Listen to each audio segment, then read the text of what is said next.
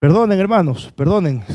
Este, Hoy parece que hay ciertos problemas que se escapan de nuestras manos. Vamos a esperar unos minutos hasta que se puedan conectar todos para que podamos continuar. Estamos recién empezando.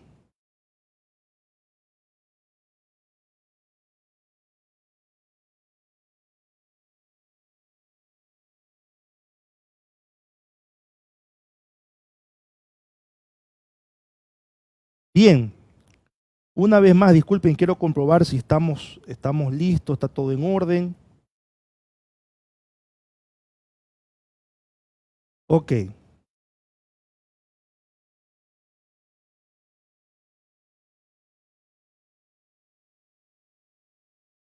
A ver, aquí vamos. Entonces les decía que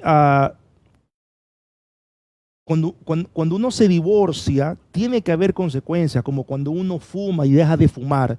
Ya Dios te perdona los pecados, pero hay consecuencias en tu organismo de que fumaste, cuando uno consume alcohol, cuando uno ve pornografía, cuando uno sale del mundo de las pandillas, o sea, hay consecuencias con las cuales uno tiene que lidiar. Entonces no confundamos la gracia de Dios, que dicho sea de paso, la gracia de Dios es solo para salvación, porque ya Él perdona nuestros pecados, pero las consecuencias uno tiene que asumirlas. Entonces, lo que pasa es que nosotros hemos sido tan influenciados por el humanismo, ¿no? Por el positivismo y por esta lucha de derechos, en que el que se divorcia tiene derecho a rehacer su vida. Claro, se divorcia una, dos, tres veces. Entonces, ante esa realidad, ¿en qué se han visto? ¿Cuál ha sido la necesidad de muchos pastores? Que les han dicho, yo he escuchado, si ya te divorciaste una, dos veces, esta vez que estás casado ya no te divorcies. No, pues. Si tú te divorciaste estando en Cristo, conociendo a Cristo, y te divorciaste, tiene que haber una consecuencia. Ahora, si en el marco de que este divorcio, porque me ponen casos extremos, ¿no? Donde hay abuso, donde hay maltrato, donde tu vida peligra, listo, pero hay consecuencias. Entonces, a ver, esto no lo digo yo, lea Primera de Corintios capítulo 7. ¿Ya? Entonces, el matrimonio, hermanos, es algo serio. No se trata de estar persiguiendo en ropa interior a la pareja. Tampoco se trata solamente de levantarse en la mañana y despertar juntos con el amor de la vida de uno. No, no, no. El matrimonio es algo serio. Pero tristemente, hoy se lo toma como un juego, como una carga. Entonces tampoco, yo soy un defensor a ultranza del matrimonio. Chica, usted, y mire, el divorcio para mí no debe ser ni siquiera mencionado entre el pueblo cristiano. Pero lamentablemente en la iglesia ha existido índices de divorcio increíbles. Y la gran mayoría de divorcios, por no decir todos, han sido por falta de perdón, por orgullo, por rencor. Y esas cosas no pueden venir de Dios. Y si yo tomo decisiones basadas por el rencor, el resentimiento, va a haber consecuencias o no. Ahora, Dios nos perdona cuando nos arrepentimos y todo, pero hay consecuencias. Entonces, en ese sentido, en ese marco, insisto, personalmente, si alguien creyente se divorció estando en Cristo y quiere volverse a casar, yo con mucho respeto, yo no puedo perseguir esa ceremonia. Ahora, hay bastantes pastores, cientos de pastores que lo hacen, pero yo creo en la sacralidad del matrimonio, en la seriedad del matrimonio, y lucho y trabajo para que el matrimonio sea así, serio, responsable, complicadísimo, pero tenemos que sostener el matrimonio. ¿Alguna pregunta hasta aquí? Dios mío, ya van a ser las 9 de la noche. No hemos... Sí, sí me aguanto un poquito más. Bien. ¿Hay alguna otra pregunta? ¿No? Por favor. ¿Alguna otra pregunta que usted tenga? Hágamela, por favor, que parece que nos estancamos en el matrimonio. Ya, si los cristianos solo están en unión libre por años, eso ante los ojos de Dios y a la luz de la Biblia se llama fornicación. Eso no es matrimonio. Eso, lo de la unión libre, son lo que las leyes civiles humanas nos han impuesto o nos han dado o han dado a la sociedad ese recurso. Pero ante Dios, eso se llama fornicación, a la luz de la Biblia.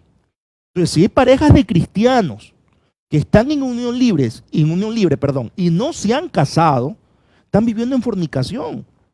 Y ojo, no estoy hablando del matrimonio civil, porque el matrimonio civil en la Biblia, como lo entendemos hoy, no existía. No solo tenía que comunicar por una especie como para el censo que iba a estar con esta persona, que iba a vivir con esta persona, sobre todo por el caso de las mujeres, ¿no? Que las mujeres, tanto en la comunidad judía como en la comunidad greco-romana, tenían limitantes enormes. Entonces tenían que comunicar que cierta mujer iba a estar viviendo con esta persona para que no haya adulterio, o si alguien la pilla en adulterio a la mujer, porque el problema era mayormente con la mujer, caerle encima a la mujer, ¿no? Pero simplemente se comunicaba. De allí siempre se buscaba la protección y la bendición de la divinidad de turno. Y digo divinidad de turno porque en el contexto greco-romano había un pocotón de dioses, y en el contexto judío, Jehová. Entonces, la bendición de Dios siempre ha estado desde el inicio, porque Dios es quien instituye el matrimonio. Pero hay también creyentes que dicen que como se casaron en el civil ya está. Un momento, pues ¿cómo? ¿Y la bendición de Dios dónde está? Ahora, si esa pareja que está en unión libre y está viviendo en fornicación, se separa, corrigió el camino. A ver, porque aquí yo tengo dos caminos si estoy en fornicación. O me separo y dejo el pecado de fornicación, o formalizo mi relación para obtener la bendición de Dios. Eso ya depende de la pareja. Pero en esa condición de fornicación no pueden estar porque es pecado. Porque es pecado. Tienen que corregirla de alguna u otra manera, ya sea separándose, asumiendo las consecuencias que esto implica. Porque hay parejas que están en unión libre que tienen hijos. Entonces, si se separan, hay consecuencias legales. Hoy por hoy en nuestra sociedad. No, pero ante Dios habrán salido del pecado de fornicación. Ahora, yo siempre recomiendo, y es mi primera opción como pastor, cásese. Resuelva los problemas con la pareja. Cásese. Salvo que, insisto, haya maltrato y todas esas cosas, ¿no? ¿Alguna otra pregunta de mi matrimonio? Aquí ya le contesté a si es solo civil, ¿no? Ya lo dije. El matrimonio civil es un contrato, nada más. Es un contrato. ¿Ya? Eso no tiene que ver nada con la Biblia. Es un contrato ante la autoridad civil, ante las leyes humanas. Pero la bendición de Dios es lo que importa. Ahora, uno se casa en el matrimonio civil por sujeción a las leyes, a nuestras leyes. Pero eso no está por encima, no va a reemplazar la bendición de Dios. Lo que pasa es que nosotros, o la gran mayoría, quieren la bendición de Dios con la gran fiesta, pues.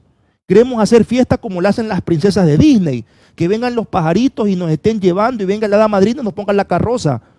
Y no, pues. Entonces, como no hay plata para eso, posponemos la bendición de Dios hasta que haya plata para darnos la gran fiesta. Y ahí sí son cosas, hermanos, que yo no entiendo. Porque yo, ¿qué quiero? ¿La bendición de Dios o la fiesta? Yo quiero la bendición de Dios o toda la ornamentación. Entonces, como no hay plata para toda la fiesta, entonces mejor esperemos la bendición de Dios un añito, acá te corramos. Claro, esperemos el añito, pero mientras tanto tengo intimidad, estoy cayendo en pecado de fornicación. O sea, y hay personas cristianas que viven así. Y hay personas cristianas que han sido aconsejados por ministros para que vivan así. Entonces yo respeto, pero ahí sí, hermanos, no. Para mí la bendición de Dios está por encima de todo. Y la falta de plata nunca debe ser una excusa para no tener la bendición de Dios en mi matrimonio. Pero insisto, es como yo leo la Biblia. ¿Alguna otra pregunta en cuanto al matrimonio? Si no, para volver al tema que nos atañe, ¿no? Por favor, déjeme tomar un poquito más de agüita.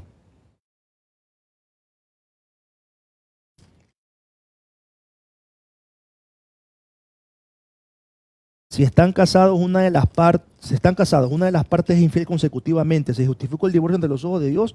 No, el divorcio en ninguna parte es justificado. Ahora, si la infidelidad es constante, eso hay un problema allí. Hay un problema allí. Entonces, ese matrimonio necesita ayuda urgente, no solamente de Dios, ayuda psicológica, ayuda psiquiátrica, por último. Entonces, algo está pasando. Tal vez sea un problema mental. Pero, ¿qué es a donde voy, hermanos? Es que si hay un problema en el matrimonio grave, la primera idea es divorcio. Es una de las primeras opciones. No busco ayuda, y si la busco, lo hago de mala manera. O sea, no pongo de mi parte, lo hago por cumplir. No quiero resolver el matrimonio. ¿Para qué está casado? ¿Para qué está casado? Yo he tenido en consejería parejas donde uno de los dos no quiere vivir un proceso. No quiere, no le da la gana. Entonces, ante eso, con mucho dolor les digo, yo no puedo hacer nada más. Ni Dios tampoco. Entonces, si hay un matrimonio donde hay infidelidad consecutiva, listo. O sea, vamos a ver si hay un problema allí. No, aquí me sugieren que haga un estudio sobre el tema. Y sí lo vamos a hacer. Sí lo vamos a hacer, ¿no? Más adelante, en 1 o 2 jueves vamos a hablar sobre el matrimonio, aunque ya di una conferencia, ¿no? El día sábado, pero bueno. Sigamos, hermanos, que ya van a ser las 9 de la noche. A ver, les decía el tema del vino, que el obispo no debe ser dado al vino. En el mundo antiguo, escúcheme bien los que les gusta tomar todavía. Sí, a usted le estoy diciendo que les gusta en la fiesta sacar el vinito y justifica con este texto de que como dice no dados al vino, que no tomen mucho vino, o como Jesús tomó vino, entonces vamos, escúcheme. ¿Ya? El vino era una bebida cultural. Era una bebida cultural. En aquel entonces, en el mundo antiguo, el beber vino era muy corriente, ya que la provisión de agua era deficiente y hasta peligrosa. No es como hoy que usted tiene agua potable o que le pone esos filtros carísimos para que usted tome agua. En ese entonces beber agua era peligroso. No ve que había bacterias, había de todo. Entonces, en lugar de beber agua, se tomaba vino. Ahora, ¿cómo se tomaba el vino? Solo se tomaba vino mezclado. ¿Cuál era la mezcla? 2 partes de vino y 3 partes de agua. Era el vino diluido. Era el vino diluido. Entonces, ni en el contexto judío, ni en el contexto grecorromano se admitían a las personas ebrias, borrachas, entonadas o happy, para hablar en nuestro lenguaje actual. Era cosa despreciable. Ya, el vino era la bebida corriente porque, o sea, no había agua potable. No es que tomaban vino para, no, es que tenían que hidratarse de alguna manera. ¿Ya? Pero Pablo tiene cuidado de que el obispo, admitiendo también de que el vino embriaga, tenga cuidado de no embriagarse. Y embriagarse ahí no significa hacerse pedazos. Embriagarse significa lo que hoy entendemos, estar entonado. ¿Sí me estoy haciendo entender? Para que todavía a los que les gusta, ¿no? Que yo no estoy borracho. Sí me entono un poquito, pero nada más. Entonces, no sé qué otro texto de la Biblia usted vaya a utilizar, pero este que está aquí no lo puede utilizar. Muchos me hablan de las bodas de Caná de Galilea donde Jesús tomó vino. Era una bebida cultural en los judíos, Y era una bebida corriente porque no había agua. No había agua. Ahora, generalmente el mejor vino, ¿cuál era el mejor vino? El vino puro, añejado. Se lo servía al principio, en el contexto judío. Ya cuando la gente ya había bebido, ¿no? Se servía el vino mezclado. ¿Sí? Pero tampoco es el tema del vino hoy, solamente para que tengan esa aclaración, para que todavía les gusta, ¿ves? Y usan la Biblia como una excusa para, ¿ves? Seguir, ¿ves?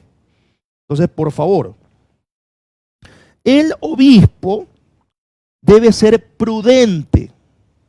Esta palabra griega es sofrón, es de difícil de traducción, pero hace referencia a controlar los deseos, los impulsos, a tener una mente sana, a estar controlado, ¿no? Debe ser prudente, no debe ser impulsivo. ¿Ya? El obispo. Debe ser, déjeme ver cómo está aquí en la Reina Valera del 60. En el verso 2 estoy, prudente, debe ser decoroso. Cosmios es la palabra griega. Significa de buenos modales, ordenado, honesto. Se usa esta palabra para describir al que es buen ciudadano. Dios mío, me están diciendo que hago un estudio bíblico del vino. Es increíble, de la bebida alcohólica. De verdad tengo que hacer un estudio para el pueblo cristiano salvo por la sangre de Cristo sobre las bebidas alcohólicas. De verdad. Así de mal estamos.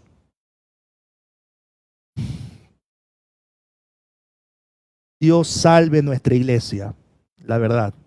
Dios salve a nuestra iglesia. Ok, vamos a tenerlo ahí en agenda también. Dios mío, no puedo creerlo. Vamos a hablar sobre el consumo de alcohol. Impresionante, siglo XXI, ¿no? Pero bueno, así está la iglesia del Señor. Sigamos, antes de que yo mismo mande a apagar todo y se caiga la señal y nunca más nos conectamos hasta la próxima semana.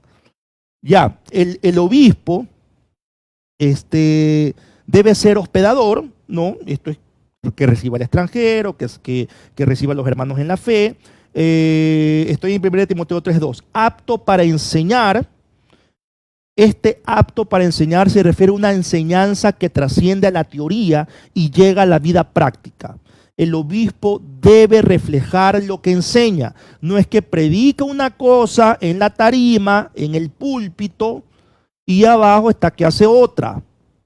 No es que arriba en el púlpito es todo amoroso, cariñoso, y abajo es todo bravo, todo grosero.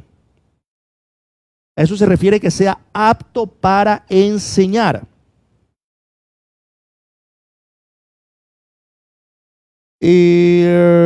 No pendenciero. Aquí pendenciero es la palabra griega plektes, traduce violento o golpeador. En aquellos tiempos era normal golpear a una persona de menor rango por alguna falla. Entonces, eso es una práctica en el mundo pagano. Y Pablo advierte a Timoteo que esa no debe ser una práctica entre los hermanos en la iglesia. Ser golpeadores o también violentos. El ser propenso a la ira. El ser dominante, de mal genio. Un obispo no puede ser así. ¿Qué más dice? Ya vimos, no dado al vino. No pendenciero, ya vimos. No codicioso o avaro de ganancias deshonestas o tener amor al dinero. A ver, sigamos por acá.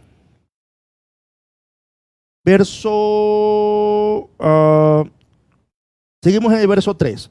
Debe ser amable. También es una palabra de difícil traducción, pero hace referencia a corregir la injusticia de la justicia. Es decir, mira siempre la intención de aquel que cometió la falta. Si alguien comete una falta, la ley puede castigar esa falta. Pero el obispo no debe ver lo que la ley dice, sino la intención de esa persona. ¿Ya? Eso se refiere a ser amable. Debe ser apacible. Esto traduce indispuesto a pelear, mantener la paz con los semejantes. El obispo no puede ser o no puede generar pleito, no puede generar controversia. Eso no es característica de un obispo. Que gobierne bien su casa e hijos. Para el obispo, la familia era la primera o es la primera esfera de responsabilidad. Y aquí yo quiero aclarar algo. Cuando usted lee en el verso 4, que gobierne bien su casa, que tenga a sus hijos en sujeción, cuando usted lee la palabra hijos, en griego aparece tecnón. Y tecnón, escúcheme bien esto, se usa de manera metafórica. Por ejemplo, si usted va a 1 de Timoteo 1, verso 18, dice, este mandamiento, hijo Timoteo, te encargo. Aquí hijo aparece tecnón, ¿ya? De manera metafórica. Esto traduce o hace referencia a los hijos que son de nacimiento. Entonces, metafóricamente, Timoteo, hijo espiritual de Pablo, pero también se le usa para los hijos que han nacido. O sea, su hijo es tecnón, porque vino de nacimiento. Aquí no hace referencia a los sexos, o sea, es de ambos sexos, varón y mujer, ni a las edades, sino a los hijos, a los que han nacido de usted. Es decir, el obispo debe tener en sujeción. ¿Qué significa sujeción? En obediencia a sus hijos, aun cuando ellos dejen el hogar. No es que cumple 18 años y me la saqué y como padre ya hizo su vida. A mí no me moleste. Era costumbre en aquel entonces, en el contexto, que existan los patriarcas.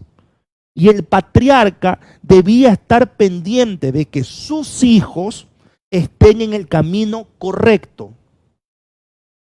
Esto era común tanto en la cultura grecorromana como en la cultura judía.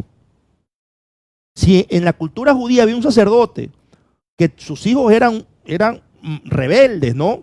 Y ya eran adultos, la responsabilidad era sobre el patriarca, el sacerdote. ¿Ya? En el contexto grecorromano era igual. Entonces aquí hijos no significa los niños o cuando son hasta mayores de edad. No. Yo como padre, en mi caso, tengo una hija. Yo debo estar pendiente de que mi hija, el día en que se case, que Dios quiera que nunca suceda, si yo veo que ella está en mal camino, yo debo estar encima de ella como padre. No me puedo quedar callado. O que no, tengo cuidado de que mi hija se vaya a enojar, de que se vaya a molestar. Ya mejor no le digo nada, solamente oro. Por favor. A ver, aquí empezaron ya dejaron de las burlas, déjeme ver. O sea que no debe ser mandarina, no entiendo la pregunta, Isaac. Y si los pastores tienen hijos rebeldes, a ver, en ese sentido, si los pastores tienen hijos rebeldes, hablando de los hijos, porque también los pastores tienen problemas en el matrimonio, pero hablando de los hijos, si los pastores tienen hijos rebeldes, lo honesto es que el pastor diga, hablando de nuestro contexto actual, voy a pedir una licencia para ocuparme de mi primera esfera de responsabilidad. Y la iglesia debe acompañar al pastor o al obispo en ese proceso, porque hay un principio que está por encima del obispo, los diáconos, y es que los unos sobrellevemos las cargas de los otros. Pero ¿qué pasa hoy en día? Si la iglesia ve al pastor que su familia no está bien, sus hijos no están bien, lo quieren sacar, lo quieren reemplazar. Entonces ahí él verá cómo resuelva su problema. Entonces no, pues. ¿Por qué se permite a pastores cuando sus hijos son hijos de mal testimonio y siguen siendo pastores y esto ocurre bajo el visto bueno de la iglesia y los pastores? A ver, ¿por qué ocurre en cada iglesia? No tengo idea porque es amplio. Puede ser por muchas razones. Pero mi respuesta es que esto se permite Porque la iglesia no tiene conocimiento de lo que le plantea Pablo a Timoteo y luego a Tito, que ya mismo lo vamos a ver. Usted se ha dado cuenta, y se lo pongo así, que hoy casi no se predica de primera de Timoteo 3. ¿Usted se ha dado cuenta de eso? Casi no se predica. Ahora, si el pastor está en alguna falta en el sentido de sus hijos que son rebeldes, que son mal testimonio, sean adultos o menor de edad, insisto, tecnón se refiere a hijos que han nacido, o sea, que son hijos de nacimiento del obispo. Son los ancianos y la iglesia quienes deben llamar al pastor,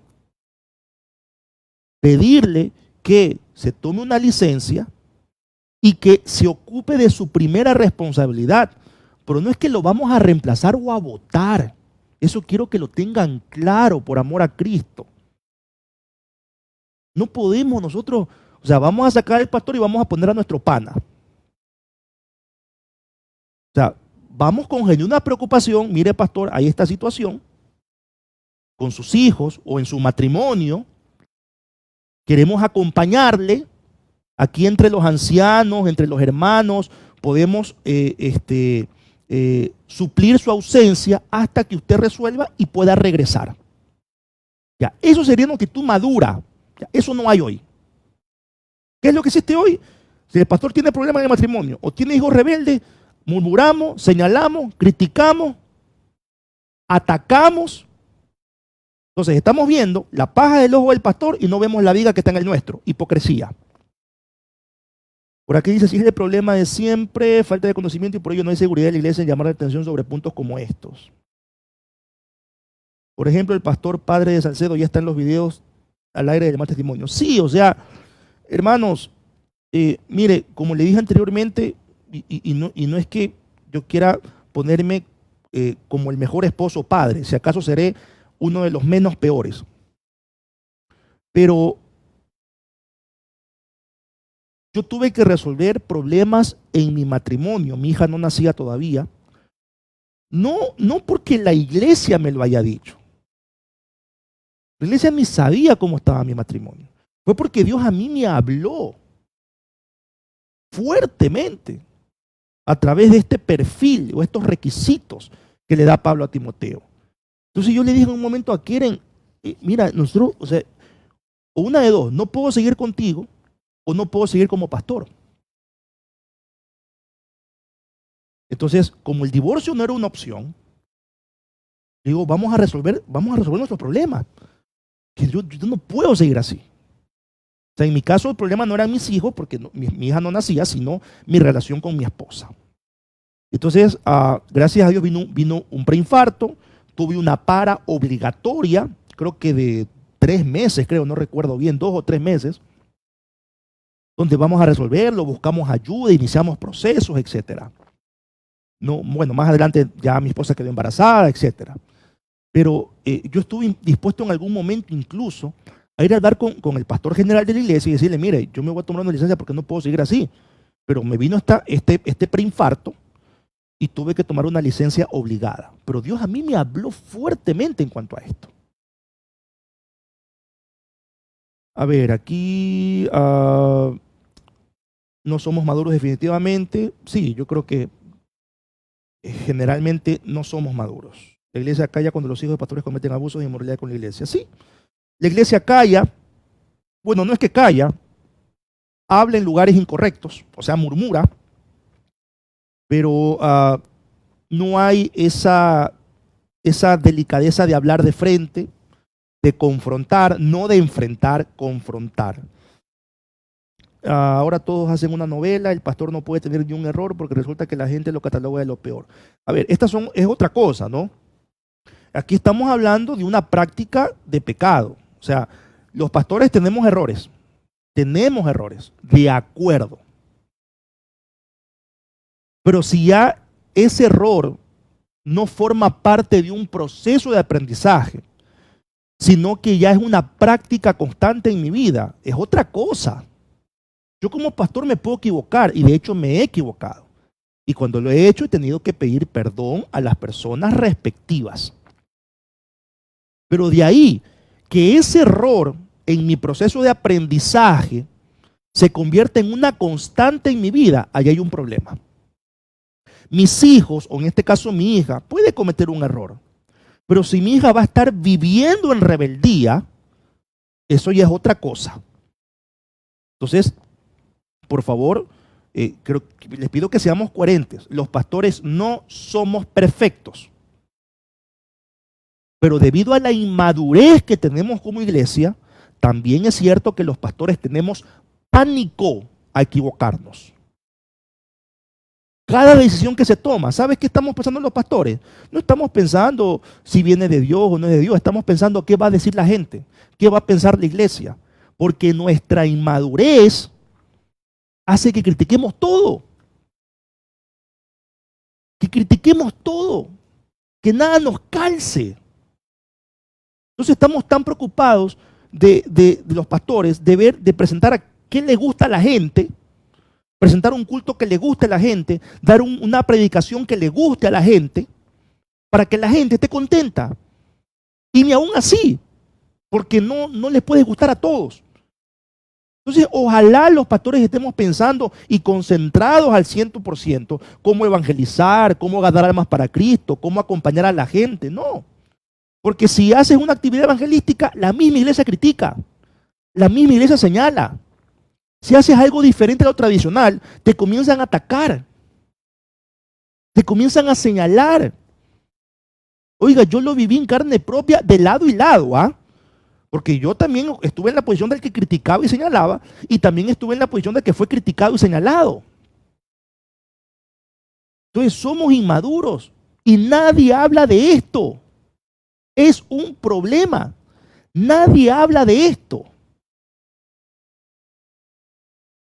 Entonces hoy, en esta pandemia, yo aspiré en mi humanidad que las predicaciones hablen de cambios, hablen de aprovechar esta oportunidad que tuvimos de encierro para reflexionar, para tomar correctivos. No. La gran mayoría de predicaciones, porque yo escucho otras predicaciones, aparte, no escucho mis predicaciones, escucho otras predicaciones, es de que Dios nos va a sacar, Dios nos va a levantar, de esta vamos a salir de la mano de Dios, que no está mal eso. Pero ¿y lo otro?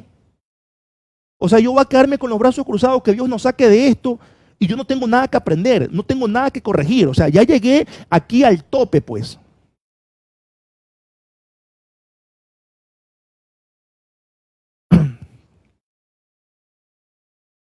Que gobierne bien su casa y tenga a sus hijos en sujeción con toda honestidad.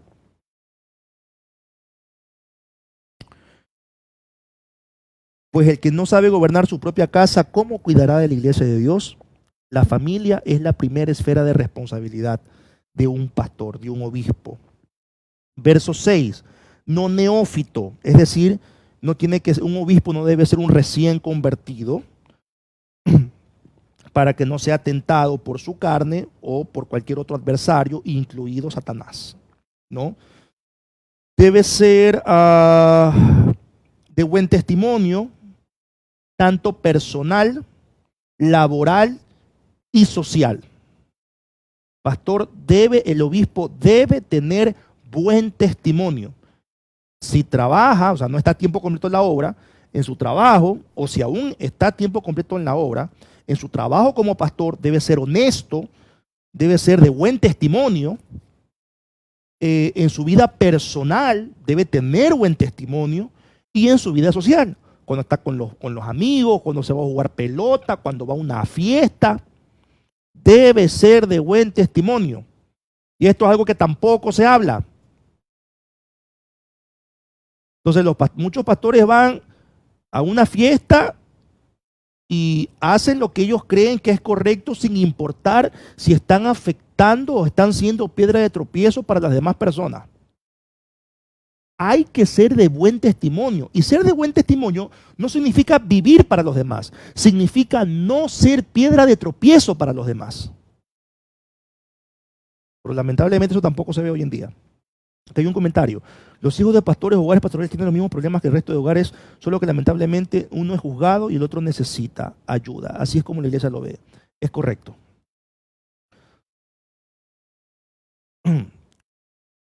Ya, eso en cuanto a Primera de Timoteo y los obispos, ¿no? Ya mismo vamos con los diáconos. Sigamos, ahora vamos a Tito, donde se habla de los deberes de los ancianos, ¿no? Y también, como le dije, dentro de los ancianos se elige un obispo, o sea, el obispo también es anciano, ¿ya?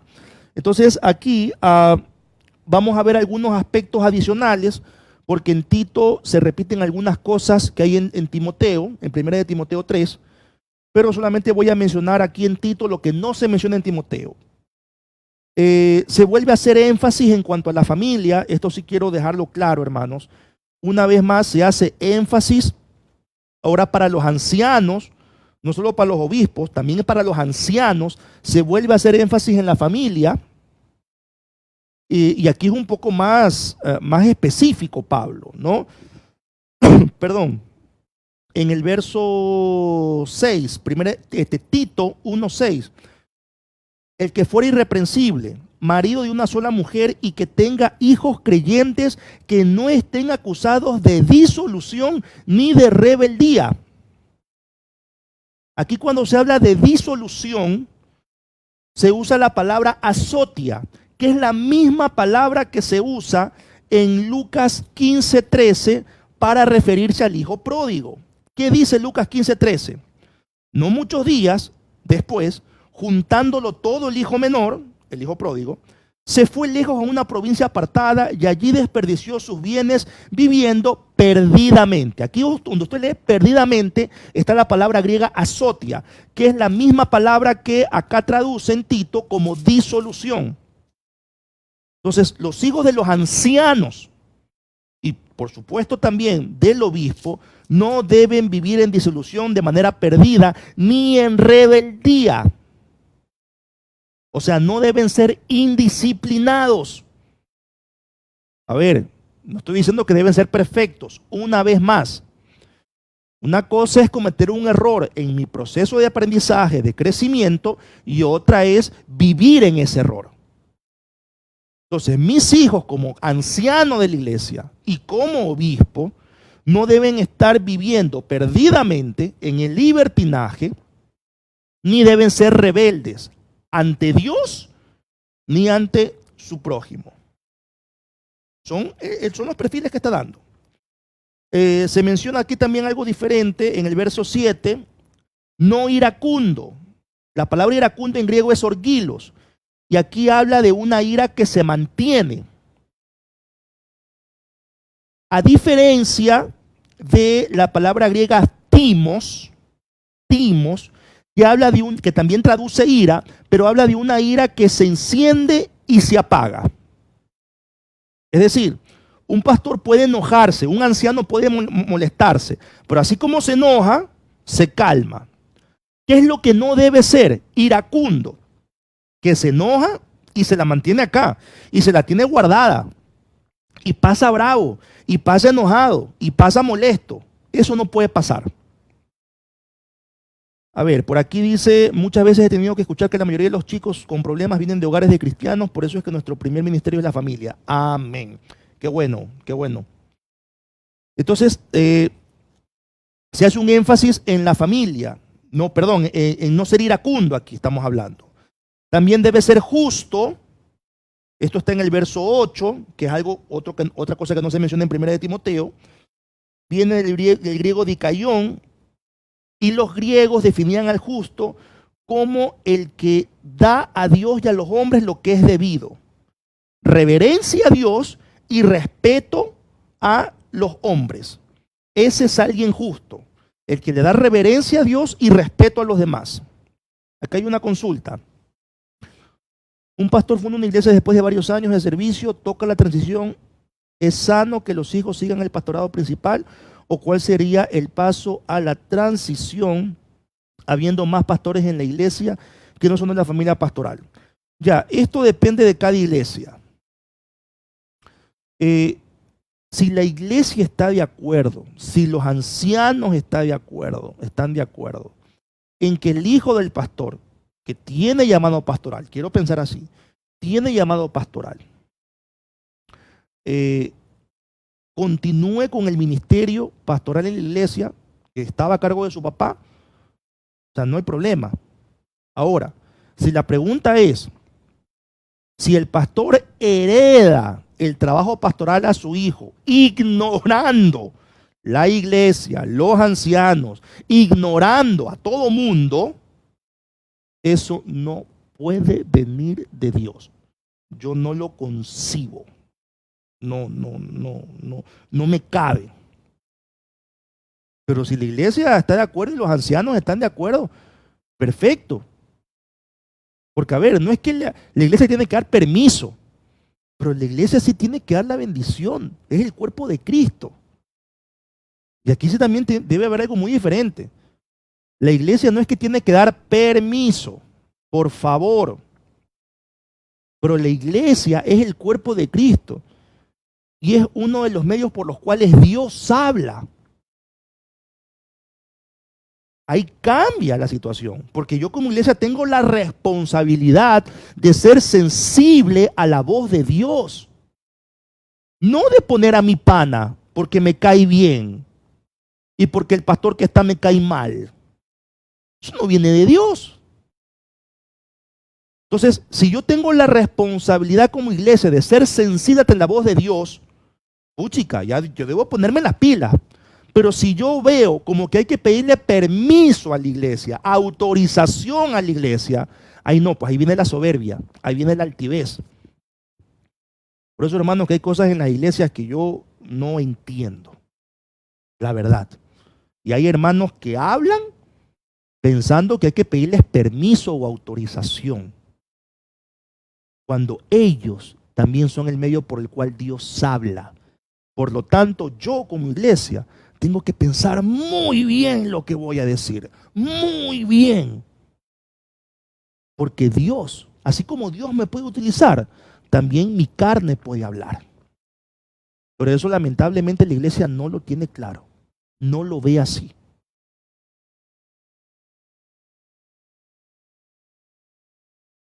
Lo digo porque usualmente la transición está en división. Sí, pero insisto, si la iglesia está de acuerdo, los ancianos están de acuerdo, no hay problema en la transición de padre a hijo. Pero, a ver, ¿y si esto trae división? No, pues, o sea, yo no entiendo, hermano, la verdad. Son cosas que, mire, yo no sé. A veces cuando se cambian de pastores y hay divisiones, o una de dos, el pastor hizo un mal trabajo o la iglesia no entendió el trabajo que Dios estaba haciendo a través del pastor. O sea, cuando hay una transición de pastor debe ser un motivo de alegría. Porque el hermano que se retira finalmente, bueno, espero que se retire por cosas buenas, ¿no? Va a descansar, va a poder disfrutar, ¿no? de aquellas cosas que no pudo mientras estuvo en el ministerio pastoral. Y recibamos al nuevo pastor, pero si se recibe un nuevo pastor y hay pelea, hay división, yo no entiendo. Estamos como la iglesia en Corinto, que unos seguían a Pablo, otros a Apolos. Y esa iglesia, o sea, le estoy hablando de la iglesia en Corinto del siglo I. Estamos siglo XXI. ¿Qué? ¿No hemos aprendido nada acaso? Son esas cosas que a mí me indignan y me frustran, porque me ponen a pensar qué iglesia le voy a dar a mi hija. O sea, o a dónde voy a llevar a mi iglesia, para que a mi hija, perdón, a qué iglesia voy a llevar a mi hija a que se congregue. O sea, no hemos aprendido nada o hemos aprendido casi nada. Entonces son cosas que yo no entiendo, la verdad, no, pero no sé, sea el diablo, el pecado, no tengo idea de quién echarle la culpa, la verdad. Ok, sigo. Si acaso hay más preguntas, háganlo más, que aquí yo tengo el teléfono, estoy leyendo lo que me ponen. Debe ser el anciano santo, el griego es osios, también es una palabra de difícil traducción, pero se usa para describir a las personas que respetan las decencias fundamentales de la vida. debe ser también el anciano y por tanto el obispo, retenedor de la palabra y exhortador, ¿no? Debe ser fiel a la palabra de Dios, debe prepararse, debe capacitarse y también debe exhortar, llamar la atención con mucho respeto y con calma. ¿Sí? Y eso también significa exhortar, o sea, dar ánimo y también llamar la atención. Otra cosa es reprender. ¿Ya? Eso también el obispo lo puede hacer. Dice por aquí, lamentablemente todavía seguimos a las personas, seguimos en la iglesia si fulano sigue siendo pastor. Lamentablemente es así. Ok, y esto en cuanto a obispos. ¿Me esperan unos minutos más, hermanos? ¿Sí? ¿O ya está cansado, está con sueño? ¿O ya se durmió capaz? ¿Sí me espera unos minutos más para entrar a los diáconos, que ya mismo termino? Es la última diapositiva que tengo de los diáconos. Por ahí, si responder algunas otras preguntas, ¿no? Si me aguanto un poquito más, si no, paramos aquí y seguimos el próximo día jueves, ¿no? Déjeme tomar agüita.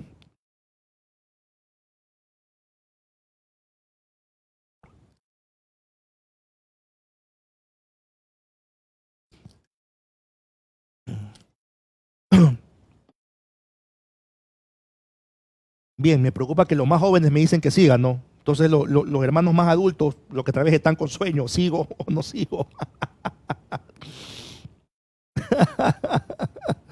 Ay, Señor, ok, vamos a seguir. Ya mismo termino. Ahora, con los diáconos, regresemos a 1 Timoteo. Con los diáconos. El perfil de los diáconos, ¿no? O los requisitos de los diáconos, está en 1 Timoteo 3, versos del 8 al 13. ¿Ya? Vamos a leerlo. 1 Timoteo 3, versos del 8 al 13. Los diáconos asimismo deben ser honestos, sin doblez, no dados a mucho vino, no codiciosos de ganancias deshonestas, que guarden el misterio de la fe con limpia conciencia, y estos también sean sometidos a prueba primero, y entonces ejerzan el diaconado si son irreprensibles. Las mujeres asimismo sean honestas, no calumniadoras, sino sobrias, fieles en todo. Los diáconos sean maridos de una sola mujer y que gobiernen bien sus hijos y sus casas. Porque los que ejerzan bien el diaconado ganan para sí un grado honroso y mucha confianza en la fe que es en Cristo Jesús. Ok. A ver, mayormente el perfil o el requisito de los diáconos coincide con el de los obispos. Aquí se añade sin doblez, ¿no? En griego doblez es dílogos, que significa hablar dos veces. ¿Cómo entendemos esto? Que se le dice una cosa a una persona y otra cosa a otra persona. En otras palabras, a alguien que es hipócrita, que busca agradar a la gente. ¿Ya? Le dice a uno sí, porque el que está escuchando está de acuerdo, pero el otro le dice no sobre el mismo tema, al otro le dice que no porque el otro no está de acuerdo. Entonces, eso no puede pasar, ¿no? Ahora, aquí en el verso 10 dice, y estos también sean sometidos a prueba primero. Tanto los obispos como los diáconos tienen que ser sometidos a prueba. Hoy en día, solamente a los pastores o a los obispos se los somete a prueba, a los diáconos no. Ahora, hoy la figura del diácono no existe, pero ya voy a llegar a eso, El texto habla de, sí, que no sea de doble discurso, Isaac, a eso se refiere. El texto habla de las mujeres, verso 11, las mujeres asimismo sean honestas, no calumniadoras, sino sobrias. Aquí puede referirse, cuando habla de mujeres, a diaconisas, que es la interpretación general, o a las esposas de los diáconos. A las esposas de los diáconos. Puede referirse a diaconisas o a las esposas de los diáconos. A ver.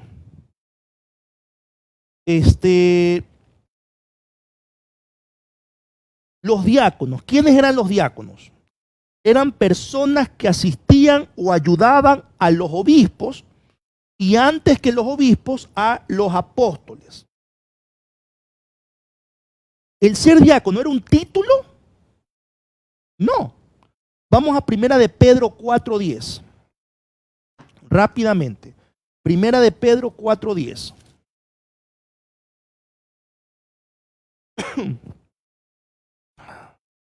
Primera de Pedro 4:10.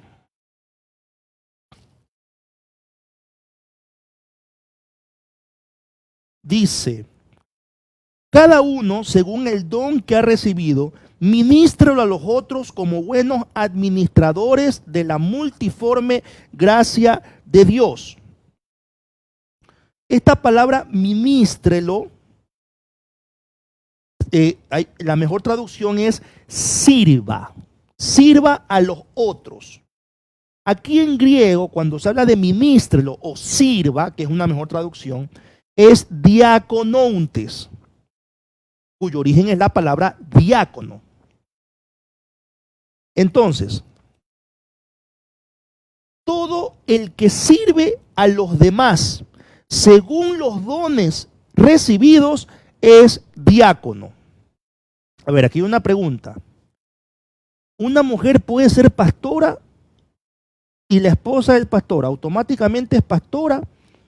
Ya, respondo esto rápidamente, antes de seguir con los diáconos. ¿Una mujer puede ser pastora? Personalmente sí. Yo creo que sí. En la Biblia, si usted me dice, a ver, muéstrame la Biblia dónde está. En la Biblia no está. Porque la Biblia responde a una realidad cultural. Y culturalmente hablando, una mujer no podía ocupar un cargo, una posición, hablando en términos paganos, términos seculares. Ya, por eso es que no aparece en la Biblia, en el Nuevo Testamento sobre todo, pastora. No aparece por un tema cultural. Una mujer no podía ser supervisora, obispo. Pero si uno ve el mensaje de toda la Biblia, Dios puede llamar a una mujer para que ejerza una función de dirigente. A pesar de la realidad cultural que había. Entonces no podemos ser fundamentalistas, ignorando el contexto cultural y decir, como en la Biblia no habla de mujeres obispos o mujeres pastoras, se fregaron, no hay. Por favor, cuidado con el fundamentalismo. Yo creo que Dios puede llamar a una mujer al ministerio pastoral. Me preguntan, si la esposa del pastor automáticamente es pastora, vuelvo a ese misterio del matrimonio. Vuelvo a ese misterio del matrimonio. En el matrimonio dejamos de ser dos para pasar a ser uno. O sea, yo no puedo disolver esa unidad para el tema del llamado. Entonces, si yo tengo el llamado pastoral, yo debo estar con una mujer que también lo tiene, pues. Ahora, quien esté como supervisor a cargo es indiferente, porque es la pareja la que ejerce el ministerio pastoral. Porque yo no puedo, hermanos, disolver el matrimonio en temas espirituales. Entonces, si yo me caso con una mujer que no tiene el llamado pastoral, ¿cuándo lo vamos a hablar? Cuando estemos casados. Si mi mujer tiene el llamado a las misiones, irse por todo el mundo, y yo no me muevo pues ni a playas. Yo tengo el llamado a ser maestro. ¿Cuándo lo vamos a hablar? Cuando estemos casados. Eso hay que hablarlo antes. Porque yo no puedo seguir mi llamado de Dios por acá, por el esposo, y la mujer otro llamado por acá.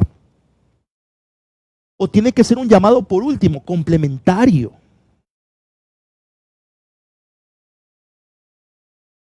Entonces, son cosas, hermanos, que, o sea, yo no entiendo. Yo he visto a pastores solos. Y así como en el siglo I, usted no se imagina cuán necesario son las mujeres que ejerzan ministerio pastoral. o que sean pastoras. Usted no sabe cuán necesario es. Lo era necesario en el siglo I, que habían hermanas que acompañaban, habían hermanas que eran hospitalarias. Y hoy sigue siendo necesario. Pero en el llamado pastoral hemos divorciado a la pareja. O sea, ahí ya no son uno, ahí sí son dos. No puede ser. No puede ser. Yo no me hubiera casado con mi esposa si yo no hubiera sabido que ella no tenía el llamado pastoral. Muy bonita, muy linda, su voz impresionante, todo lo que usted quiera. Por eso iba a ser un problema después, si no tenía el llamado pastoral o no tenía un llamado complementario. Entonces ella tiene el llamado pastoral. Ahora, ¿cómo ejerce ese llamado pastoral? Es otra cosa. Mi esposa no es lo que están en plataforma, en la tarima, vamos, no. Ella tiene otro tipo de llamado, otra manera de ejercer el llamado pastoral. Mediante la consejería, mediante el escuchar, el acompañar. Esa sensibilidad que ella tiene, que yo no tengo, la verdad. Entonces, perfecto. Pero yo no entiendo, aunque respeto, yo no entiendo los pastores que andan solos o las pastores que andan solas. Yo, la verdad, no. Que alguien me explique, dijo un cómico mexicano. Pastor, ¿por qué ahora no se ordenan diáconos? Ya voy allá. A ver, les decía entonces, hermanos, que en 1 de Pedro 4:10, cada uno según el don que ha recibido, ministrelo. Aparece la palabra diácono aquí. O diaconontes, a los otros como buenos administradores de la multiforme gracia de Dios. Entonces, todo aquel que sirve a los demás, que ministra a los demás, es un diácono. En Hechos 6:3 fue cuando la primera vez se nombraron a diáconos, hablando de la iglesia. Buscad, pues, hermanos, entre vosotros a 7 varones de buen testimonio, llenos del Espíritu Santo y de sabiduría, a quienes encarguemos de este trabajo. ¿Cuál trabajo? Servir a las mesas. Porque diácono significa también mesero. Mesero, el que sirve a las mesas. Entonces, todo servicio, desde Hechos 6, del diaconado, se daba para ayudar en Hechos a los apóstoles. Luego, cuando los apóstoles dejaron a los obispos o a los hermanos, personas encargados de la obra, los ancianos, los diáconos se cargan de asistir al obispo. En ese sentido, el diaconado no era un título. La iglesia, en su historia, hizo del diaconado un cargo o un título. Pero en realidad, el diaconado es el servicio para la edificación de los demás y que ayudan al trabajo pastoral o al trabajo del obispo.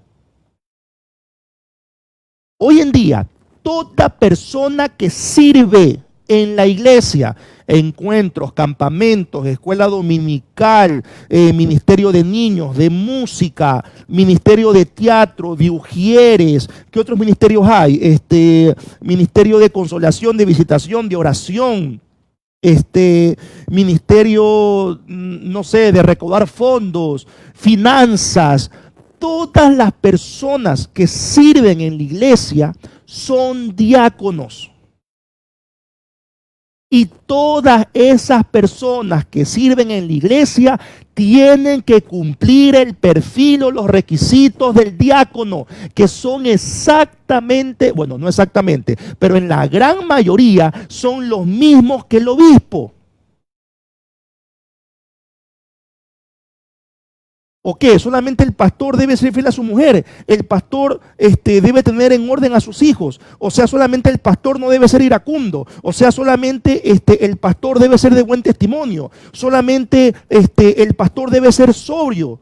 Solamente el pastor debe estar apto para la enseñanza. Los diáconos también.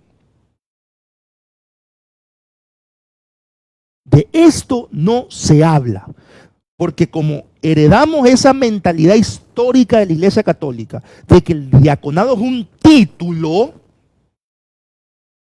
entonces vamos a ordenar a diáconos. Entonces venía el hermano, ¿no? Ordenado diácono con su credencial, el cartoncito que le imprimen, ¿no? Y iba con el cartoncito a todos lados. Soy diácono, diácono, diácono, por favor. Con los honores que esto tiene que... Honores. Si ejerce una buena función como diácono, dice Primera de Timoteo 3:13, si ejerce bien el diaconado, ahí gana un grado de honor. Allí. Ahora, se dice que debe también tener un tiempo de prueba para ver si es buen testimonio, para ver si es mal genio o no, si es bravo, es grosero, es malcriado. Ya, eso no se hace. Eso no se hace. Porque si pusiéramos esto, me dijo un hermano una vez, nos quedaríamos sin gente sirviendo en la iglesia. Y yo le dije, pues si eso tiene que pasar, que pase. Pero no podemos seguir saltándonos esta parte fundamental de la Biblia. Por eso, hermano, que en la iglesia hay peleas entre los que sirven. Por eso es que ocurren cosas vergonzosas entre los que sirven. Y como se ha mezclado, no, que Dios no hace acepción de personas y Dios no margina a nadie. Dios no margina a nadie en cuanto a la salvación.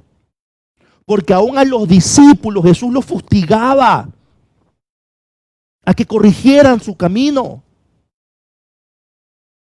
Pero hoy es como que estamos callados.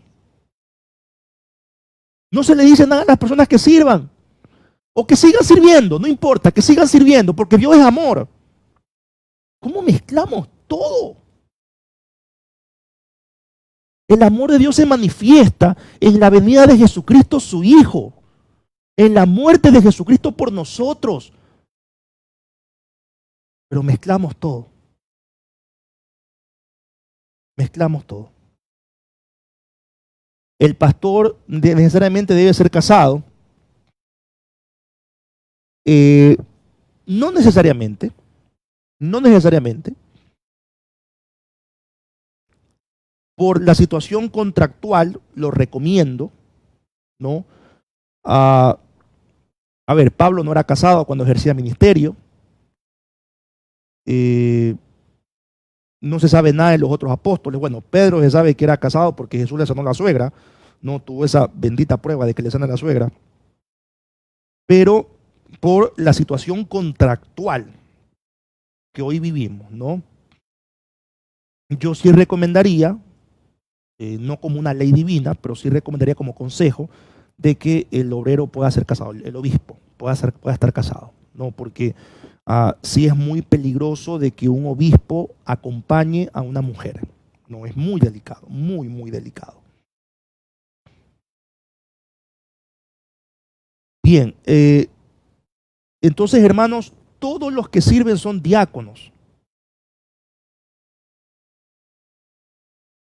Pastor, ¿de dónde salió el celibato? Sí, el celibato en realidad se lo sacan del apóstol Pablo, ¿no? Pablo, él dice que tenía el don de continencia, el don de abstinencia, pero eso es para otro tema, Víctor, ¿no? Bien, entonces, si usted está sirviendo, hermano, en la iglesia o hermana, usted es un diácono, una diaconisa, porque está ministrando a los demás, sirviendo a los demás con los dones que Dios le ha dado. ¿Ya? Ahora, si usted está sirviendo y es ese diácono, diaconisa, véase en un espejo en primera de Timoteo 3, del 8 en adelante. Y si usted ve que algo no está bien, vamos a hacer un alto al servicio y vamos a corregir. Muchos están en contra de esto, que no, que cómo vas a dejar de servir a Dios, que Dios te usa, si soy un animal en el Antiguo Testamento. De acuerdo. Pero si el servicio me distrae de mi primera esfera de responsabilidad, que es la familia, que es mi testimonio, entonces Vamos a poner en orden las cosas.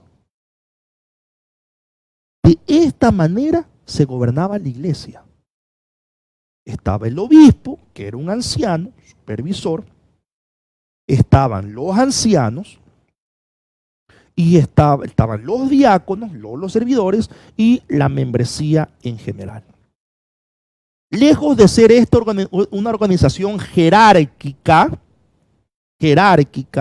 era una organización horizontal, donde el obispo supervisaba, pedía consejo al cuerpo de ancianos, pedía consejo a los diáconos y a la iglesia, y el obispo, como responsable ante Dios de la iglesia, tenía que tomar una decisión.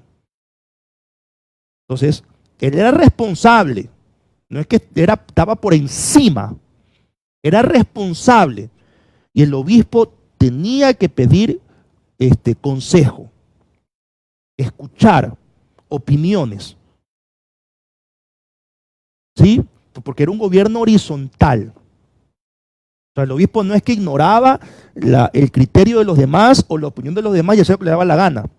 O no es que el obispo tenía que pedirle permiso a los ancianos o pedirle permiso a la iglesia para hacer algo. Eso forma parte de tipos de gobiernos que en la historia surgieron. Pero si usted ve en la Biblia, el gobierno era horizontal. Creo que se refiere a que el pastor no debería vivir en unión libre, pero no, sí, un pastor sí puede ser soltero. Yo recomiendo que no, pero sí puede ser soltero. A ver, ese es un error garrafal, ese pensamiento de servicio no reemplaza la comunión con Dios. De hecho, el servicio te puede hacer confundir haciéndote creer que porque estás sirviendo estás bien. Sí, hermanos. Bien, preguntas. Estamos terminando ya, gracias por su paciencia. Preguntas para cerrar este espacio. A ver, por ahí ayer me preguntaron, creo que fue Andrés, sobre los requisitos de los apóstoles y los profetas. No encuentro yo. En el Nuevo Testamento no encuentro requisitos para ser apóstol o profeta. Ya, ¿qué es lo que ha hecho la teología? Ha rescatado las cosas en común de los apóstoles que menciona la Biblia y los ha puesto como reglas o requisitos. Pero la Biblia no habla de requisitos para ser apóstol o profeta. No hay. Ahora, si hay elementos comunes, que eso lo vamos a ver el próximo jueves, apóstoles y profetas, de una vez esto te la lanzo, ¿no? Apóstoles y profetas, habían características comunes que, insisto, la teología los ha puesto como reglas, pero en realidad no lo son. Entonces, el próximo jueves vamos a ver un poco esas características comunes y vamos a ver a qué se refiere el texto cuando dice que a unos instituyó apóstoles, profetas, etcétera, ¿no? A ver qué significa eso, porque el término apóstol tiene varias connotaciones en el contexto griego. Pero una vez más, como no se estudia, como no se lee, se confían más en sueños que tuvo uno, en visiones que tuvieron, donde dijeron que venían de parte de Dios. Entonces, ¿qué importa la Biblia? ¿Qué importa el texto? Me fío más del sueño, de la visión que tuve y se acabó, ¿no? Y eso es un serio problema. ¿Ya? ¿Alguna otra pregunta o comentario, hermanos y hermanas? Van a ser las 10 de la noche. Un comentario. ¿Puedo usar la foto de un apóstol que vive en Estados Unidos? No, no pueden demandar. Ahorita como todo el mundo está tan sensible, no, demandan por lo que sea ahorita, mejor no, por favor, aguantemos ahí. Sí, todo esto lo vamos a ver el próximo jueves, Víctor, ya nos está dando insumos aquí. Bien, ¿alguna otra pregunta que haya, por favor? ¿Algún otro comentario final?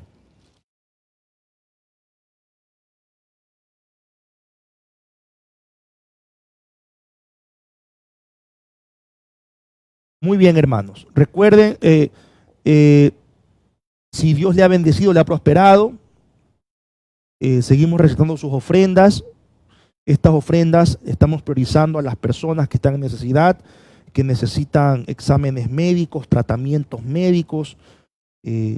Muchas de estas personas están sin seguro, ¿no? Y son pues cuentas muy, muy altas. Así que si el Señor le ha bendecido, le ha prosperado, hermanos, por favor, con gusto estaremos recibiendo sus aportes. Recuerde, lo importante es la actitud del corazón más allá de la cantidad. Nada más, nos estamos despidiendo, disculpas por todas las molestias, quisimos intentar algo, no se pudo, pero en unos minutos va a estar el link con toda la presentación de lo que hoy hemos hablado. Entonces, el próximo jueves, apóstoles y profetas. ¿Ya? Nada más, que el Señor les bendiga. Tengan muy buenas noches.